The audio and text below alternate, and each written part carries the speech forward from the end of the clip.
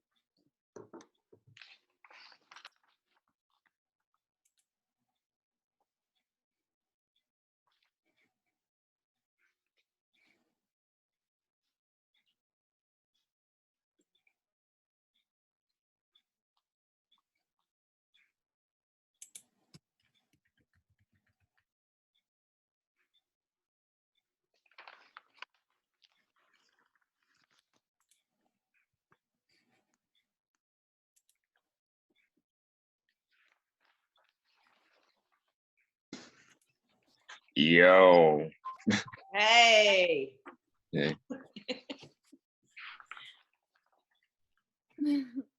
Brooklyn will be in just a minute. Okay. Brushing her teeth. She's brushing her teeth. Yes. Well, that's a good thing because we're all going to smell her minty fresh breath now.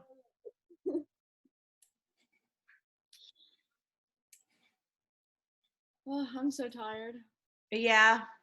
Yeah. I wish it was warmer out. The sun is out. I think it'd be a great day to take a nap outside. Oh, yeah, like in a hammock or something. That would be amazing. That would be so amazing. I'm ready. So nice. Like last week, and now it's like freezing. I know. Like waking up and seeing like frost on the grass. I'm like, it's not supposed to happen in April. I know, and we got snow flurries yesterday too. We didn't have any. Like I kept seeing everyone post about them. I'm like, where are they? They're not here. I don't want them. You can have them. I just wanted to see what everyone was talking about. But someone posted a video from their house. I'm like, okay, that's good. I thought I was hallucinating and not seeing what everybody else was. Yeah. Oh my goodness. Well, hopefully Nevaeh is feeling better. But yay for being able to record video or record the class for her and for Alora. Okay, well, we are going to start off with Does everyone have something that they've written recently? Yes. Yes, awesome. Oh my God. Well, if you want to read something that you've written, I have one from Laura that she's given me the okay, the thumbs up to read in her place. But if you have what to read, let's start with that today. Who would like to go first? Anybody? Everyone's jumping. Me. Who do I pick? I'm trying to get my computer started, Okay. and then I'll probably read. Okay. have- I'll read Laura's. Okay. This was an Uncle Remus style. Once upon a time, the huge Mississippi River rushing downward. Nearby roamed a tiny red ant dying of thirst. Then that happened down upon that riverbank and decided to have a drink. Up in the sky, a dove watched that ant struggle from above. Then sploosh! That poor ant fell in. That ant was swept away by that icy water. Ants can't swim, but he drowning fast. The dove saw and pitied that little small thing. With one quick motion, the dove dove down to save him. He threw a long end for the ant to climb onto. The ant was as snug as a bug in a rug. When he went to thank that dove, he met a mischievous man. The strange man was carrying a fowling piece. It will aim at that dove. To protect the dove, that ant stung that man's foot. The man missed the dove and ran away crying like a little baby. Little friends proved to be great friends. Yay. Now you have to read it with that exact accent, okay? Singapore. I'm not good at reading these. Like, I don't know. It's okay. Okay, so who wants to go next? I'll go. Okay. So mine is like the same style. So, all right. The ginormous Mississippi River is next to this massive tree. There was this tiny red ant who was so thirsty that he tried to drink water from the river. There was also this dove, and he seen the little ant trying to get a sip from this river, and bam, just like that, this little ant tripped and fell right into the river like a duck on a Saturday evening. This tiny ant had been swept into this icy river. The little guy was mad as a wet hen because the current was too doggone fast. This sweet little dove pitied the little ant. With one quick move, this dove dove down directly into the water, faster than Grandma threw that hot sweet potato, and threw a log at him to save the little tot. The little ant squeaked, "Thank you," to the dove, who saved his life. At that very moment all of this was happening, the little ant saw a little man approaching and carrying a foul piece, aimed viciously and angrily right at the nice dove that saved his life. So the little ant knowed he'd have to do something to help the dove. So he ran over there and aggressively stung the man's foot, which made the mean man miss his shot towards the dove because of the excruciating pain, which in the long run saved the dove's life. Tiny friends are the goodest friends. That was rough. That was amazing. Okay, who's next? I have two. Oh. IEW, the Hans Christian Andersen one or the King James version. Whichever one you want to do. Pick one. I guess they'll go with the Hans Christian Andersen. Okay. Once upon a time, there was a swan who lived by a river forested with evergreens. In this magical place, it was always Christmas, and the joy that came with that day rang out in every face like a bell. One day, the river suddenly turned red, which made the swan's heart ache with pain, for she loved her river. On the bank of the river, an ant took his morning stroll. He was looking for a magical breadcrumb. Suddenly, the swan spies the ant falling into the blood-red water. He is drowning. She swiftly throws an evergreen branch into the water. The ant climbed onto the driftwood like someone who is about to lose their grip climbing a rock wall. Whispering, the ant says a hushed thank you. After this, the swan flies away. Some time later, a hunter quietly sneaks up on the swan. He is hunting the swan. He is dangerously still. He has aimed. Out of nowhere comes the minuscule ant with a rose's thorn, aiming the thorn at the archers that he means to save the swan's life. Sadly, he is tempted by a smooth stone at the river's edge. The arrow pierces the swan, and the ant falls into the river because he was selfish.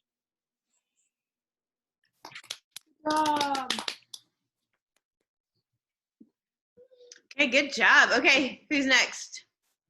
I'll go next. Um, Yeah, this goes in my little accent. Okay.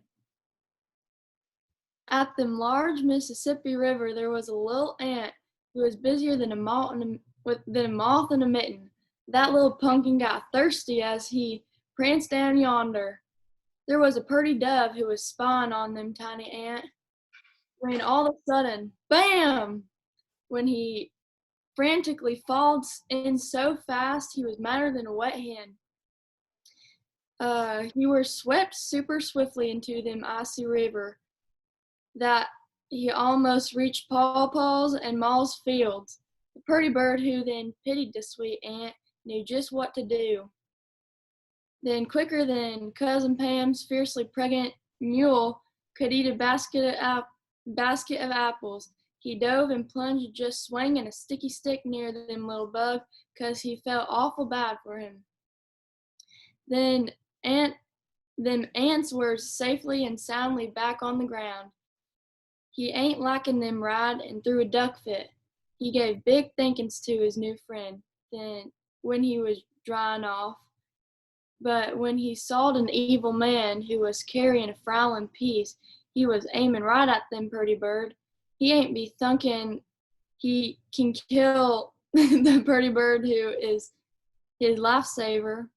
The ant unthinkingly jumped to action, almost faster than Ma when she walks down the bacon aisle at Fred's supermarket. He stung the evil man's foot, and his shot missed the dove. Both the dove and the ant were grinning like a possum eating a sweet tater. Tiny friends make mighty good friends. okay, I picture the person running down the aisle for bacon. I mean, come on, we all do that, right? For sure. Okay, Amy, do you want to read Freelands or do you want me to do it? I can do it. Okay, awesome. All right. It's there once was a physically decrepit old man not long for this world who was on his deathbed. Folks call him Carl. He fancied them dar trees with them golden leaves out his window. He thinked a world of spending time with his family. One evening, he was shaking like a earthquake and sneezing up a storm when he whooped and hollered for his sons. "Come here," says he. "Fetch me de maid." He telled her, "Bring me a big bundle of branches." Carl want to wisely and generously give his boys one piece of advice before he died. Then the maid happily and humbly hurried to help hand him the bulky bundle of branches. Carl hoarsely hollered at his eldest son as he came near, and he told him to break the bundle of branches. He done strained and struggled to break 'em, which gived him a red face. The other sons tried to break 'em, but they couldn't. "What gives?" the boys grumbled. "We surely ain't going to be able to break these sticks like old Ray break the country hot dog eating contest every year." With his dying breath, he wisely gave his last piece of advice that would help his sons work together to accomplish them hard jobs in life. Untie them twigs, Carl muttered. Each of his wonderful sons clasped and held a branch. Now break 'em, says he, sighing slowly. All them boys done break them branches like bustin' hearts. Carl, who breathed his last, seriously and softly exclaimed, Unity provides strength. Yay, that was really good. Really good. Yay. Woo-hoo. Everyone did such a good job. Yay. Yes. So how do you guys feel as you were listening to the stories? Do you feel like you were, especially the Uncle Remus style, did you feel like you were listening to an old Southern man or woman tell a story? Yes. He give you some wise piece of advice. Yes, and then Macy did a great job, channeling Hans Christian Andersen in her story. Yes, making it a little gloom and doom at the end. But yes, wonderful, wonderful job. Okay, so now for your own book or movie critique. Are you guys ready? Yes. Have you been thinking about a book or a movie that you are going to be doing? Thought about it, but haven't come to any conclusions. Any ideas that you just want to throw out there and say, hey, I'm thinking about this one?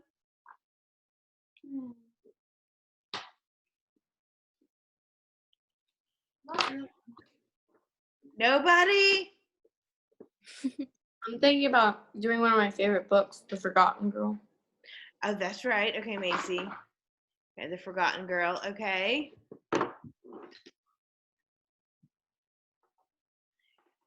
Okay, Bree Lynn, any ideas? No. No? I've thought of things, but I don't really know one. So. Okay.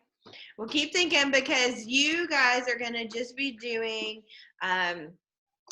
this week the KWOs for your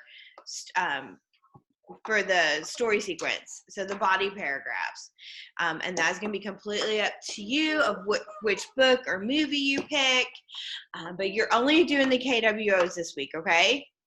It's good. And you remember the story sequence, your first paragraph is about the setting and our characters. Second body paragraph is about our conflict and the plot, and then the third body paragraph being the resolution and if there's any type of moral or anything like that. But to help you along the way with this, because you're writing it in your own IEW language. So we don't have to think about Uncle Remus anymore. You don't have to think about King James Version anymore or Hans Christian Andersen. This really is about you. So I want to give you some other words that you can add to the paragraph. So you're not always using the same words over and over again. So you're not saying the characters, or so maybe some analysis words that will help you put together your ideas, because I'm going to read to you a sample critique, and I'm also going to send this to you as well. Let me mark the page so I remember to come back and take a picture of it for you guys. Okay.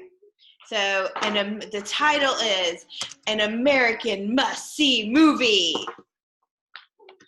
The Rocketeer is one of the top 10 full-length motion pictures released in the summer of 1991, so way before any of you were born. Because of a few moderately violent scenes it contains, this movie is rated PG and is not recommended for children under the age of 7. Bill Campbell, who plays the part of the Rocketeer, does an excellent job portraying a spunky air pilot in the late 1930s. The soundtrack was captivating. Buena Vista's special effects were superb.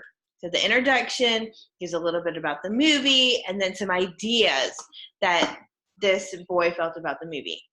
Or girl, sorry. This realistic fiction, now the body paragraphs. The realistic fiction movie is a typical American drama with heroes and villains. So we're setting up our characters, the heroes and the villains. The pilot, Cliff, his friend Peavy, and Cliff's girlfriend Jenny are just ordinary people who innocently stumble into this adventure.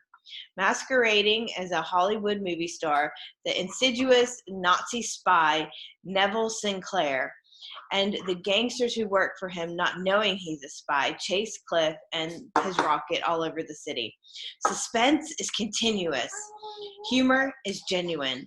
Danger is ever present. This action-packed screen spectacular takes place in Hollywood and has been flavored with a bit of Indiana Jones excitement. So we get some idea about the time period, we get some idea about the characters and the setting. And now we get into the action of the movie, the conflict. As the movie begins, Cliff, who is soon to become the Rocketeer, is testing out a new plane, which he and his companion Peavy are hoping to enter into a national race. While Cliff is on a test flight, gangsters who have stolen top secret inventions suddenly appear below, shooting machine guns at a following FBI patrol car. Thinking that Cliff is an FBI agent, a gangster shoots his plane as it passes overhead. The plane drops rapidly. Cliff tries in vain to gain control over the ruined aircraft, but it hits the runway, crashing into the gangster's car, careens into a gasoline truck, and bursts into flames. The action intensifies throughout the movie as Cliff finds the rocket pack. His girlfriend is kidnapped, and his life and the lives of his friends are endangered by Sinclair and the ruthless gangsters. What's going to happen? In the dramatic climax, Cliff, Jenny, and the Nazis and the sinister spy Sinclair struggle for their lives in a burning Zeppelin. Sinclair meets his flaming demise, as can be expected, just as the airship disintegrates into a fiery inferno. Cliff and Jenny leap onto a ladder, which is dangling off Howard Hughes' awaiting plane. The story, like a fairy tale, has a happy ending in which Cliff is unexpectedly rewarded for his heroic efforts with a new racing plane from Howard Hughes and his girlfriend enduring love. Now the conclusion, to tie it kind of all together. As is typical of most American movies, good triumphs over evil in The Rocketeer as well. However, it is an excellent show that will keep you on the edge of your seat. You will not be bored. If you enjoy suspenseful movies that have touches of humor here and there, you definitely want to see this film. So I'm hoping that gives you an idea maybe of even a book or a movie to pick. The Rocketeer is not a movie I've seen. Kind of want to see it now. But our writer gives an idea in the beginning, in our introduction, of what to expect, and then ties it back up by giving her opinion about the movie as well. But she never says, I think this, right? She's like, as a typical of most American movies, good triumphs over evil. However, it is an excellent show that will keep you on the edge of your seat. She didn't say, I think it's an excellent show. It kept me on the edge of my seat. She makes it, remember, as a statement. She's taking her opinion and making it a Statement. Or a fact. Yes, a fact or a statement. So that is what you're doing. But to help you along the way, I'll share my screen with you. I'm going to give you some words that will help you with your critique. And next week, we will, once I've seen your KWOs for what you picked, I can help you, and we will do some examples of your introduction and conclusion KWOs for your next week in class. Okay, so some words that we can use in the introduction. And I will send these slides out as well. So instead of saying this story or this book or this movie,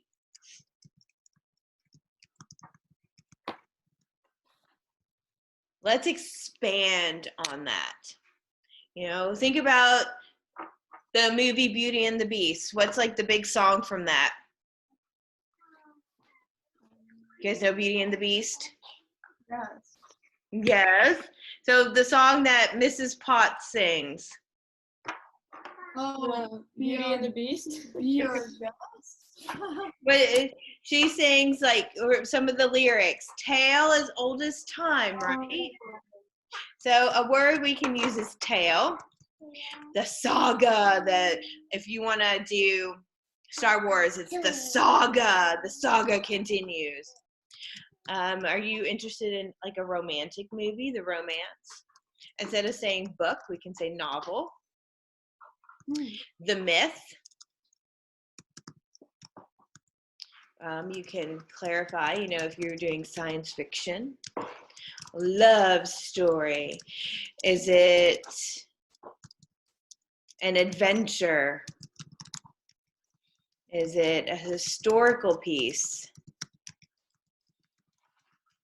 Horror, folk tale. Is it a fairy tale?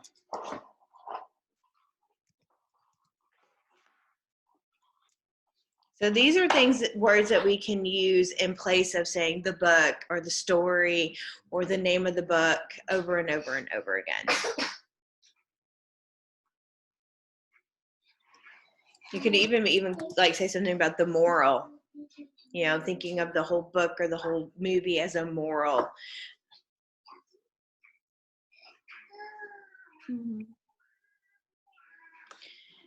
We can talk about the tale or the saga continuing or the romance, or we can say, this novel does something, the myth behind the author's, inspiration, that it's a piece of science fiction. Maybe it's a love story, or it's an adventure, or this historical piece we'll share. Hopefully you guys aren't doing a horror story, but that might come about one day when you have to do something like that. A folk tale, fairy tale, or the moral. Okay, we got those? Yeah. Okay, so now some words where we can talk about the character and the setting.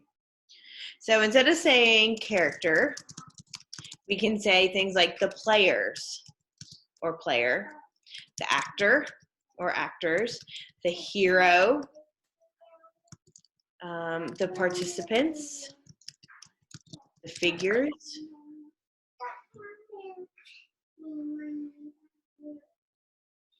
And then if you think about the characters, sometimes you have main characters and sometimes you have you're just like your underlying, like your other characters. So you can talk about like this character is a main character or a central character, a major character, or they have a minor role. They're a supporting character. Maybe they're a shadowy figure in the background.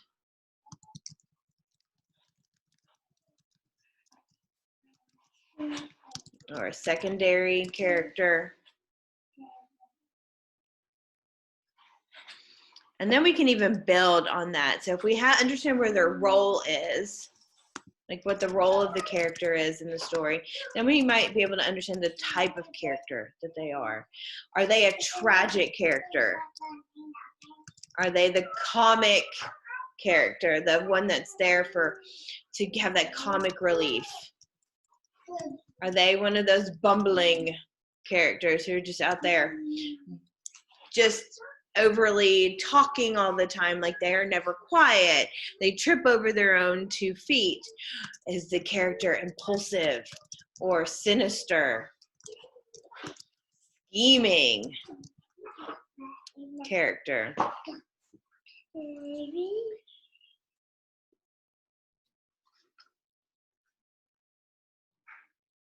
Maybe the character is an extrovert. So these are words to help you describe the type of characters who you're talking about from your book or your movie. But now we need words that will help us analyze the characters or the setting. Was the character well thought out? Was the character convincing? Was it underdeveloped, maybe?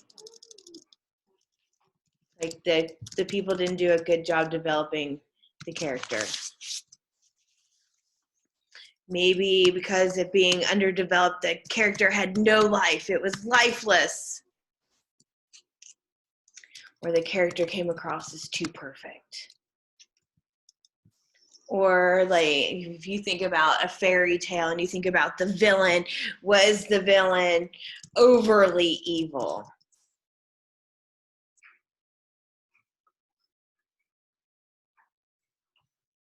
Or we might have a character who is consistent throughout the whole book or the whole movie.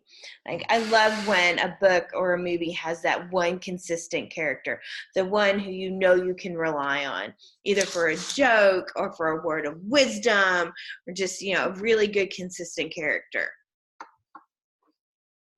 And then we have our setting, our plot and conflict. Oh, wait, sorry. Before we get on to that, in setting, I was thinking so much about characters, I forgot about setting. So how can we describe the setting of something? What are words to describe the setting? If you were to describe your room right now, how would you describe it? Or your house, where do you live? Do you live in the city? No. No. So since you don't live in the city, you live in like a rural area. So you have urban versus rural. You could say, you know, you live in a small town. Or if you were once, or if your movie or your book has to do with the Wild West, the frontier or space beyond the frontier. Pioneer town, war, space. It's an exotic paradise for those who maybe have, there's a book and it's on the beach of Hawaii somewhere. And then we also have to think about time. Was it long ago? Long ago in a far, far, far, far, far away land. Maybe it's ancient or biblical times. Middle Ages. We can say it's modern. If you want to talk about, if it's something that talks about today. If you were to write about the 1920s, you know, you could call it the Roaring Twenties.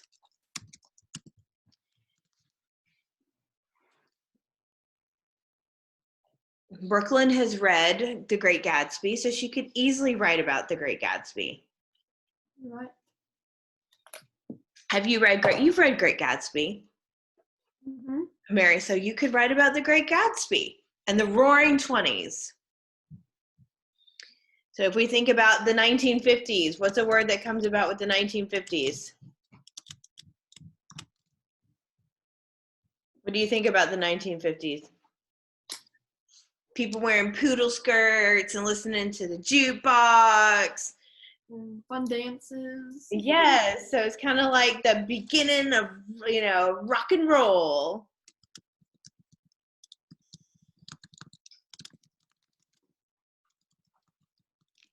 Sock hops, in the time of sock hops and poodle skirts.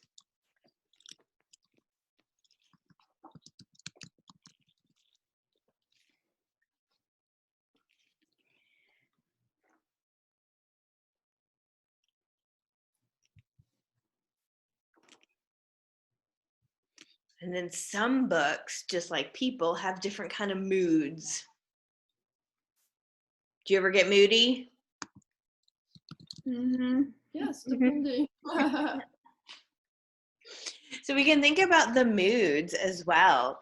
And this is not like you have to use every single one of these. These are just ideas to help you start thinking and adding to your KWO as you're talking about the setting and the characters. So you can create the mood around what you want people to know about the book or movie that you're doing.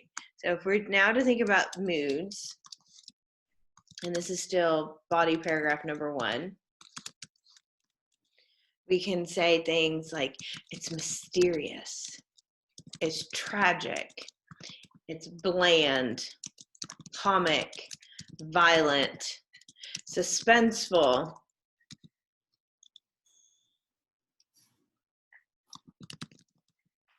It was a compelling story. It was emotional.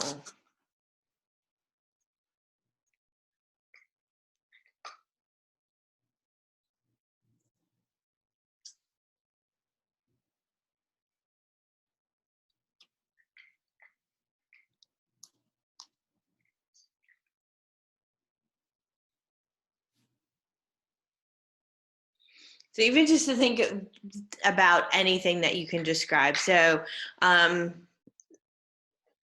let's see. I think of a story. Okay, so the story about the ant and the dove. So if we were to critique that, we could talk about a suspenseful, because the mood, at the beginning is kind of suspenseful. Our character, in a rural town. What kind of dove? A underdeveloped or a dove too perfect to imagine helps a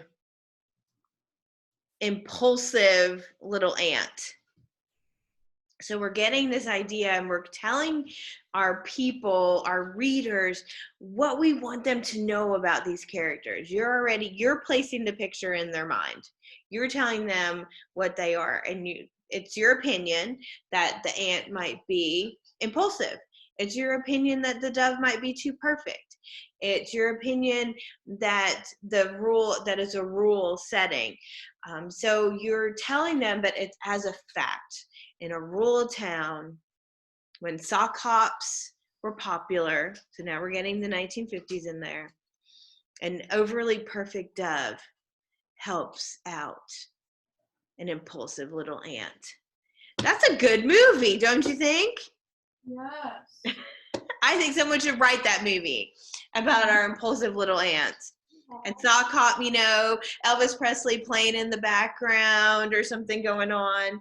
Yes, I think, or like the sock hop music. What's it called? Like the quartets and stuff going on. Is it like bubblegum? I don't know. Lollipop music? I can't remember what it's called, but there's a name.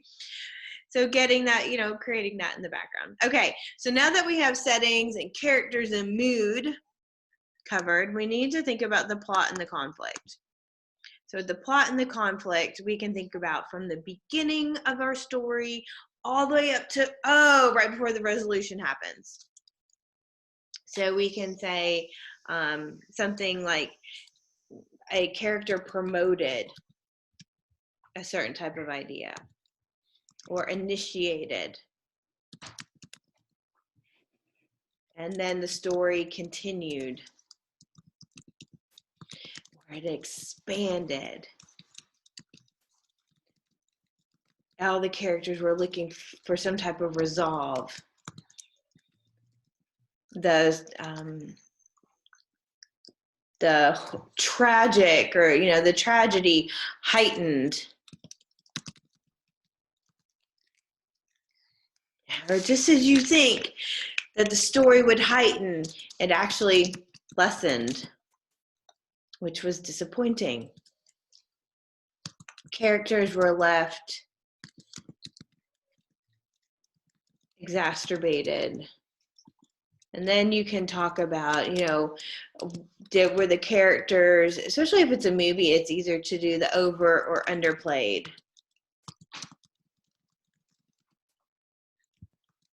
Was the story realistic or unrealistic? Did the story make a convincing argument? Or did it stretch your imagination? Or did it stretch, it was too far stretched to be real?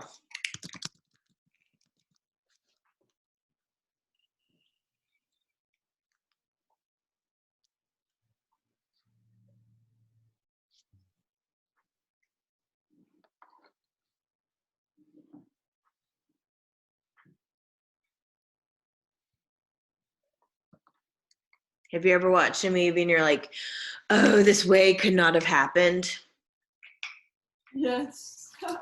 My family is really bad about that. Well, in reality, this would not have happened. Like my family, they were watching the Cars, the first one, again last night with my 3-year-old, and my 18-year-old is like, well, in reality, in NASCAR, there never really would have been a tie. It would have been who was the points leader going into the race, or who had the most laps led in the race. And I'm like, it's a movie. Oh, that's funny. I have to remind my family all the time, it's a movie. Stop taking away from me. It's fantasy for a minute. Let's just go with it and pretend Yeah. that really happened. Yes. So some other words that you might think about in instead of saying like the plot or the conflict of the movie or the book. So some synonyms that we can use for that could be things like the plan, or really, was it a conspiracy to get Lightning McQueen out of the way? Was it a scheme of events? Whoa, I never thought about a conspiracy. Right? Maybe one of his competitors loosened one of the bolts on the truck that was carrying him. Right? And then, lulling Mac to sleep. It's intriguing to think about. Ooh, dun, dun, dun. Is it just me, or is it kind of weird that they're like all talking cars, and one car puts another car inside him and is moving him around? Like, Yeah, it is a little weird. But then there's like the subplot of all of it. So is it a conspiracy that Lightning McQueen was, lost, and then the subplot of that is Lightning McQueen actually finds who he really is. So is there a subplot to that book or to the movie? And was there a narrative? Meaning, is it told in a certain light? Is there a reason why it's told the way that it is? You can talk about scenes, from scene to scene. The final scene gave way.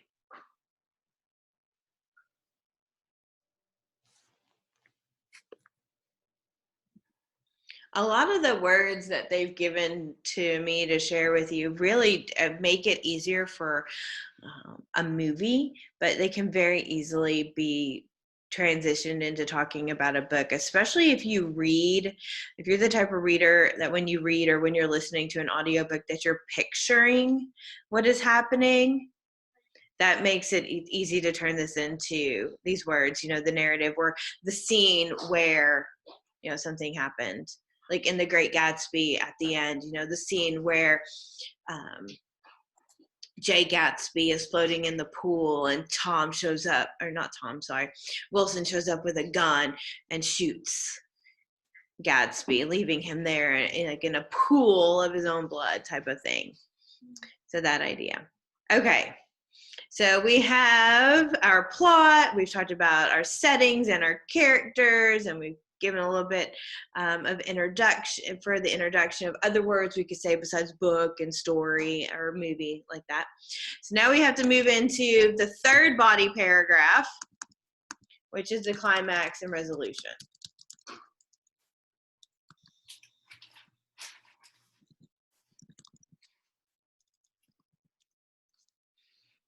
So we have the resolution and the climax of something. So we can always talk about the turning point. I like that one. That's one of my favorites to use, the turning point. Or we say the most exciting or dramatic moment. The high point of action. The character, just as they were feeling they were in an emotional crisis, Santa Claus shows up with a check for $10,000 and the woman is able to pay her mortgage. Woo! Hallmark movie, Christmas time. Yes. They're all the same. I love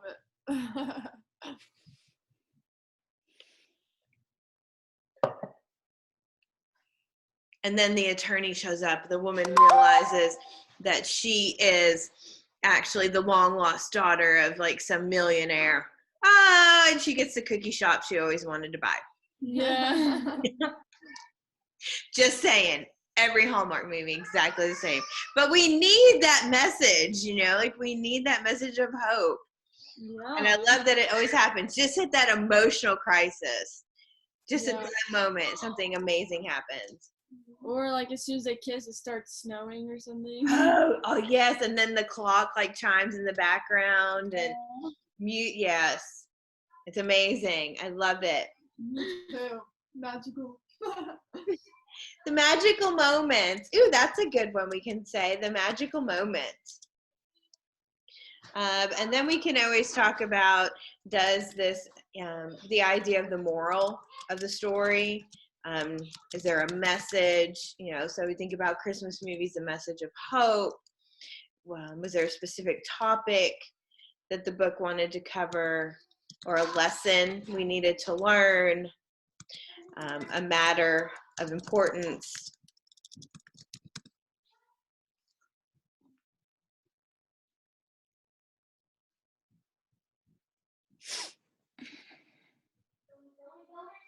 Always when the movie gets good, there's an emotional crisis and then a magical moment. When we think of movies with a happy ending.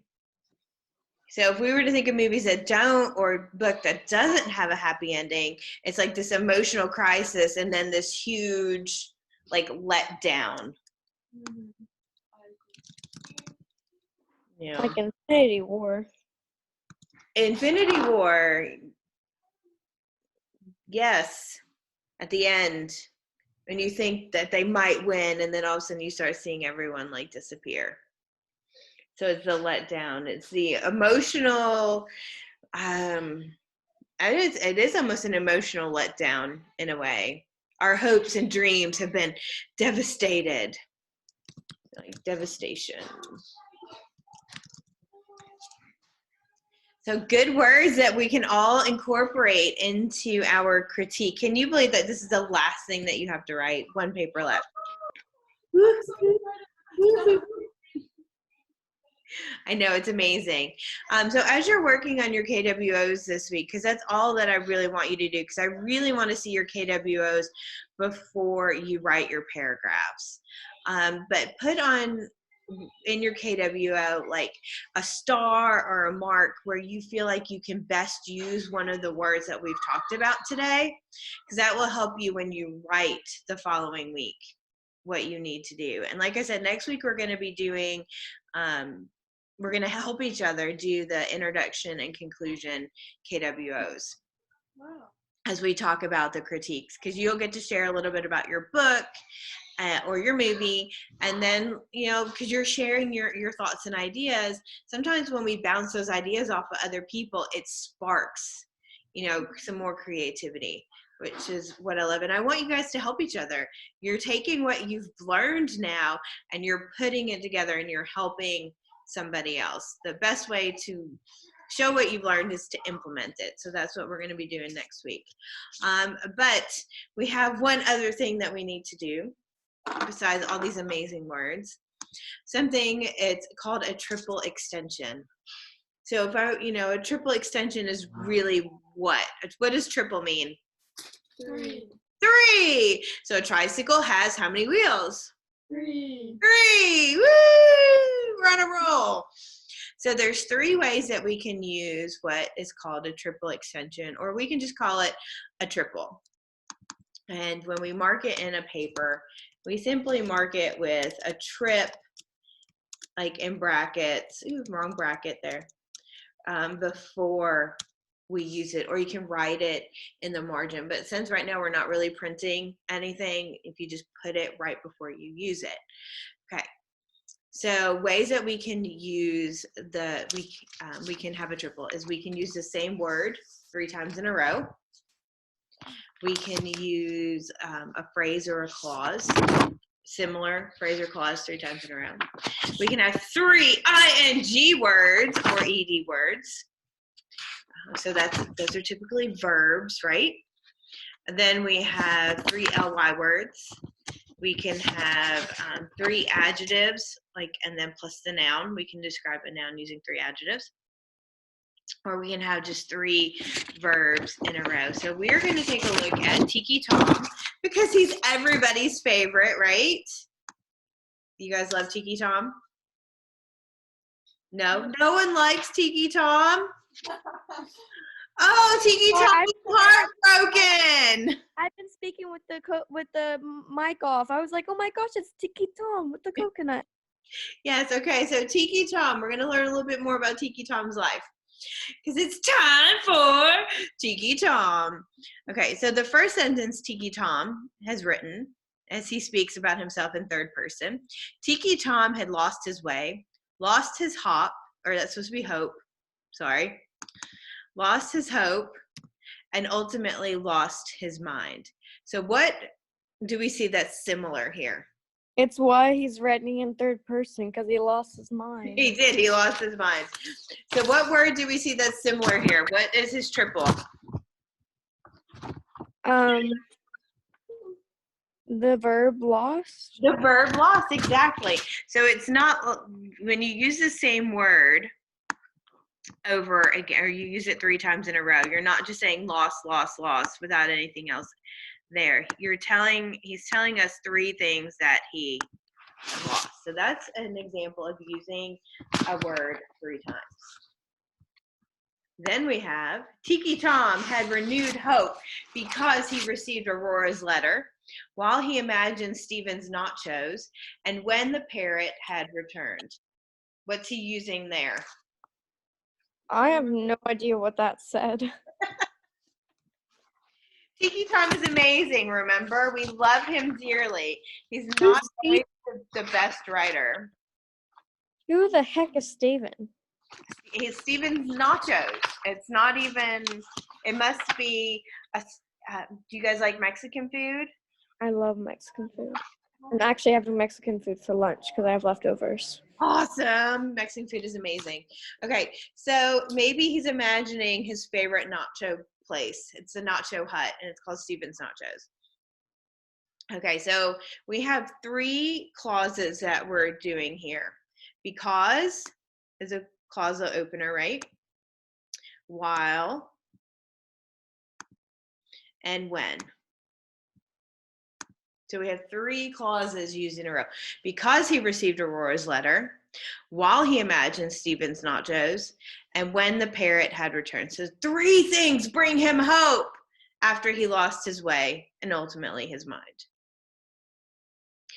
But now all of a sudden he's running madly, playing the coconut xylophone, dreaming of double cheeseburgers. Tiki Tom began to go insane.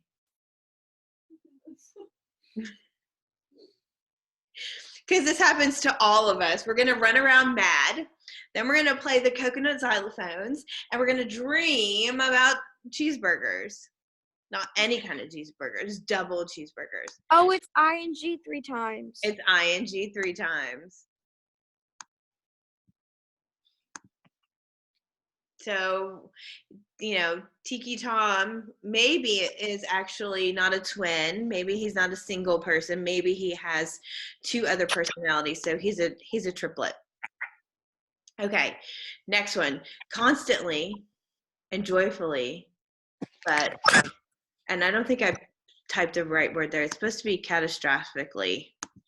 I don't know what word it tried to put in there. But we're going to say constantly and joyfully, but catastrophically, Tiki Tom practiced his parida for coconut xylophone. Did I type that right? Yep. So what we have 3 ly words close together. So it doesn't have to be constantly, comma, joyfully, comma, catastrophically. It can be and joyfully, but this, or and this, okay? And then we have Tiki Tom became famous for his unique, impossible to play, and annoying coconut xylophone. What kind of xylophone is it? It's unique, right? It's impossible to play. And it's annoying. So how many adjectives is that? 3 adjectives. Woo! Okay, I'll be right there, okay? And then the last sentence. The parrot can speak 6 languages, fly over mountains, and carry many messages over the sea for Tiki Tom. What can the parrot do? Speak, fly, and carry. So that's how many verbs? 3. So Tiki Tom gives us some amazing, fabulous, awesome examples of how we can use the triple extension. Okay, you are going to have to write 1 sentence along with your KWO, a sentence about anything using 1 triple. I just want you to practice, okay? Writing 1 sentence using a triple in 1 sense of the way. And I want you to practice putting the bracket that says trip in front of where you're using it, okay? Yes, ma'am. Do you guys have any questions about triples? No, ma'am. Everyone is good? Yes, ma'am. Does anybody now have some ideas of what story you're gonna do? No, ma'am. No, or movie? Nothing? Nothing has been inspired? Maybe Tiki Tom can inspire you guys. I'm not very good at making decisions. There's a bunch of ideas, but don't know for sure. So put them all in a hat and then draw one. There you go. That's the way to do it. That's the way to do it. Okay, well, if you guys don't have any questions, I'm gonna make sure that in the email, attached to the email is the slides, the notes for today, and the example that I read to you of the critique, and then your homework, which is 3 KWOs using the story sequence. Making sure that you put a star or an asterisk or something of where you're going to use one of the words we talked about today. And then a sentence playing around with the word, playing around with the idea of the triple. We got it? Yes, ma'am. We're good? Yes, ma'am. Woo! Woo! Okay. If you sent me your homework last week, I'm still in the process of emailing everything back. My email's playing around with me. It wouldn't let me respond or reply to people. As much as I wanted it to. So, but other than that, I don't have anything else, and class is pretty much at the end of time anyway. So some of you have Spanish, so go have fun, I think, with Espanol. Do we still have La Fiesta de Espanol, right? You can have a Spanish party? Or maybe La Siesta. See. Sí, la siesta. Okay. Well, maybe some of you can have a nap today, but other than that, I will see you next week. And if you have any questions, always email me or text me or whatever, and I'm happy to answer. Awesome. Thank you. Bye. Bye. Bye. Bye.